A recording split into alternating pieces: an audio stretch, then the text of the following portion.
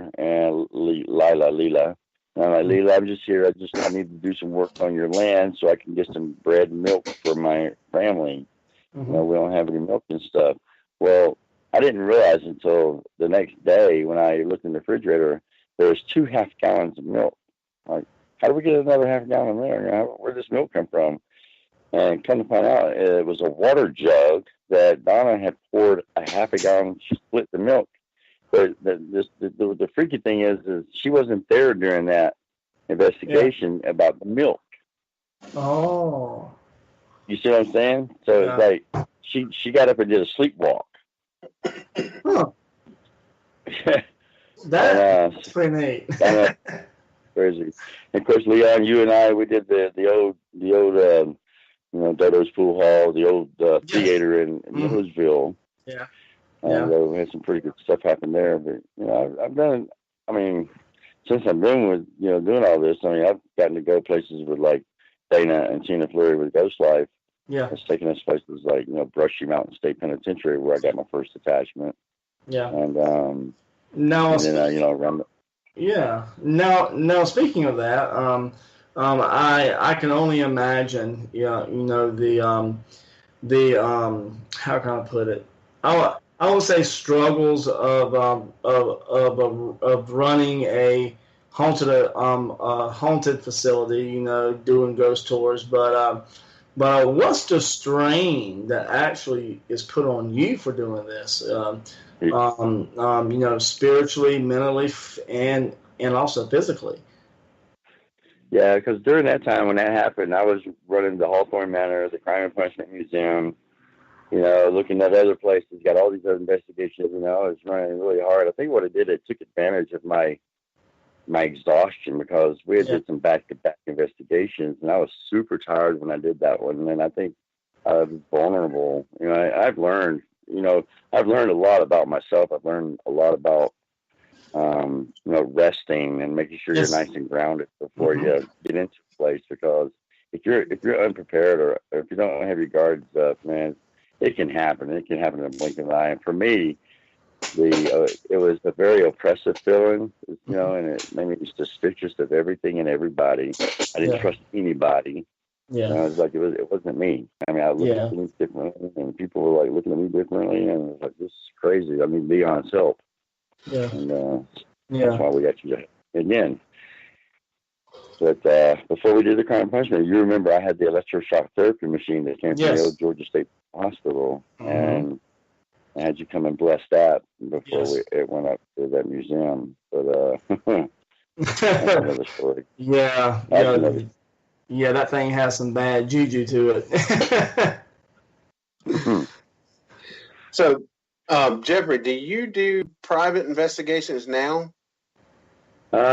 We'll take a case, but if it's anything that people are saying is demonic and it's got some scratching going on, anything that's demonic or negative, I feel that me personally, I'm not speaking for my whole team, because we got some guys that are qualified, but are probably qualified. I mean, I can't speak for anybody but myself, but I'm not qualified to handle cases of demonic nature and evil nature. I don't want to get somebody hurt. I don't want to pretend to be something I'm not. Going in there and acting like I know everything and not know diddly squat and end up getting somebody hurt. And that's why we always refer those cases over to more qualified people. Leon, you get pretty much all of our cases when we take them. Yeah. And but I mean, we will. I like to go in and document things and get a baseline reading of the place and trying to corroborate what they're saying to get the evidence. And if we can get something, I tend to want to stick with it until you do your thing. But, I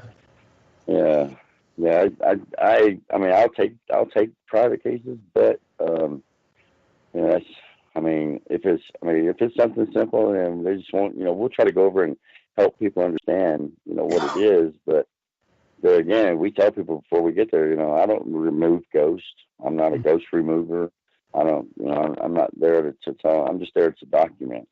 Yeah. And try to validate if they're, what their experience is paranormal. I mean, there was one time when somebody's home and they say, they'd be scratching at the, it's like somebody's up in the attic. Well, come to find out, there was a limb touching the side of the house. Yeah. And so it was, up there where the attic was, and so like, yeah, that's it. So they were relieved that wasn't a ghost. So that's right. Well, trust me, we, as in my team, Web Paranormal Group, we have Leon on speed dial. Yes. Yeah, me too, buddy. Now, Jeffrey, yes. I think I remember a few months ago, me and you spoke on the phone, and I just want to ask, you are running a ghost hunting business, a ghost hunting tour business there, and here in the South, this is the Bible Belt. You have now. Don't take offense to this. I hope no one does, but I'm very religious. But sometimes you have these religious nuts that they will try to badmouth you, demean you just because you're running a ghost hunting tour business there in their local town. Has that ever happened to you? Yeah. There is one individual, and I'm not going to give out names, but there is one individual who started a church in that town here a while back. They are a self-proclaimed prophet, and they were bad mouthing the business, and we pretty much. I mean, we let the people who own the place, the city officials and all that, deal with that. But yeah, there was an individual that was trying to stir up some problems, and hey, you can't please everybody. What we try to combat that with is, these people that individual was thinking that, we're summoning the dead and doing all this witchcraft and all this stuff. But in actuality, we bring in money to the community by bringing people in to do the business. Yeah.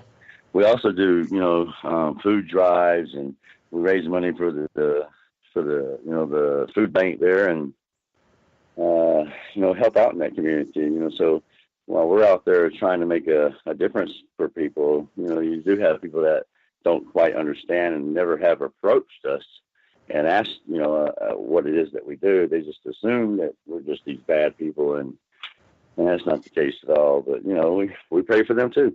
That's right. Yep.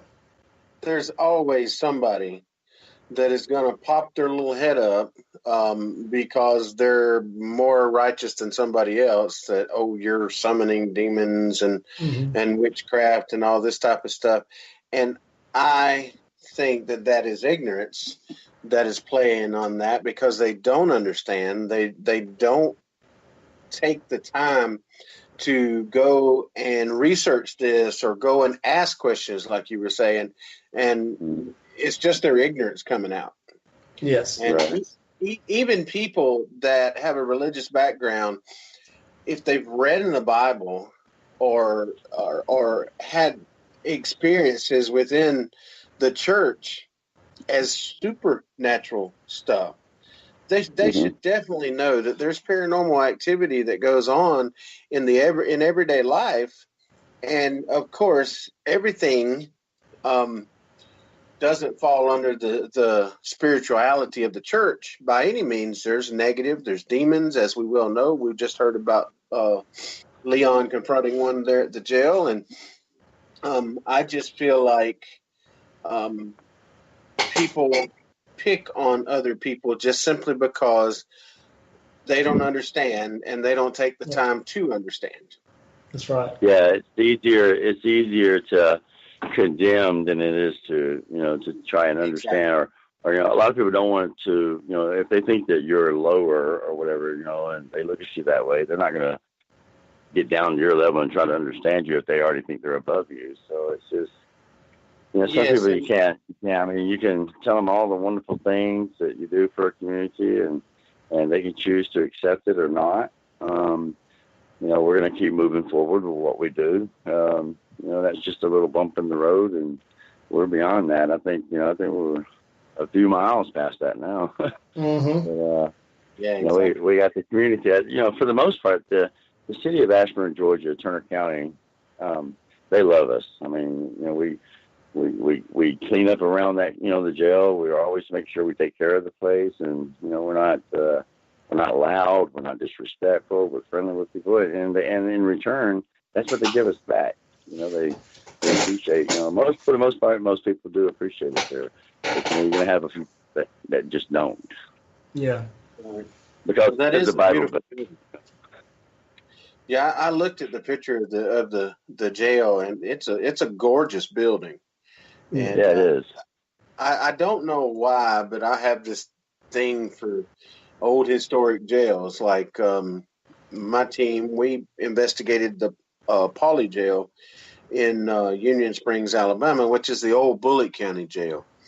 And you know, as soon as I seen the building, I like fell in love with with the way the building looked, the Gothic look of it, and you know, the same way with the Crime and Punishment. It's a gorgeous building. Yeah, they used to call it. You know, the old nickname was Turner Castle because of its eloquent look. Yeah. Yeah. I can see why they did that. I mean, it definitely. Who'd have thought that you built? We would love to have you guys come over from Alabama, and anybody else who's listening. You know, if you're in the surrounding states, but definitely would like to reach out to you and your team to come out. And who knows? And who knows? Maybe Stan would like to do a special wiregrass hunts from the. That's what we talked about. Just like we did with that Gulf Coast Paranormal. You know, when those guys came down, we could do something like that right out front there. Yep. We get we can do that. We can make it a good thing. Oh yeah. Yeah, absolutely. I'd love to do that. We'll have to get together and set that up because we like. Because last time we could do it, you know, pretty much like we did the last time. We just, I think we'll just do like quick, you know, 15-minute tours or something like that. Because you know, I didn't expect 200 people to show up. So that was a lot of people. And we only had, we probably only had about 5,000 followers, and now we're, you know, pushing 14,000 followers. So I have more. That's right. Wow, that's cool. Yeah, we did something similar at Pauley Jail. We had a public ghost tour. Last year we had a public ghost hunt. We had people that come out and it was just a short thing. I mean, it's not like, I mean, they did get to use some of our equipment. We showed how everything worked and that type of thing. And, you know, definitely we can set up something and, you know, that'll just kind of further the reputation of the jail. And I know you guys have a good reputation now and yeah, we would definitely love to help with something like that. We can get for that little old jail. You know, actually, I'll be honest with you, the Crime and Punishment Museum is the main attraction for that town, and so you know, I'm blessed. I'm honored and blessed, and our team is blessed, and anybody who's ever worked with us, they've been blessed, to be a part of that. I mean, it's a blessing to have everybody that's helped out. But yeah, would love to set something up where you guys could come and do something like that because you can never get enough exposure. I mean. Sure. Sometimes you need to do these things to bring in a bunch of people just to kind of get the word back out there. And I think that's what the most important thing is, getting the word out there so that people can come and experience. And like yourselves, we provide some equipment, for people to come in and we show them how to use it and even let them venture through the place by themselves. So it's pretty cool. Yeah, absolutely. I know, Jeffrey, before you came on, I was telling them earlier that, I've been to the Hell's Bar Dam. I heard a lot of great things about them, and I've been there. Yes, there was some activity, but hands down, the Crime and Punishment, in my opinion, is probably about the most haunted building that I've ever been to. That is the most haunted building in Georgia, and quite possibly pushing about one of the top 5 haunted buildings in all of the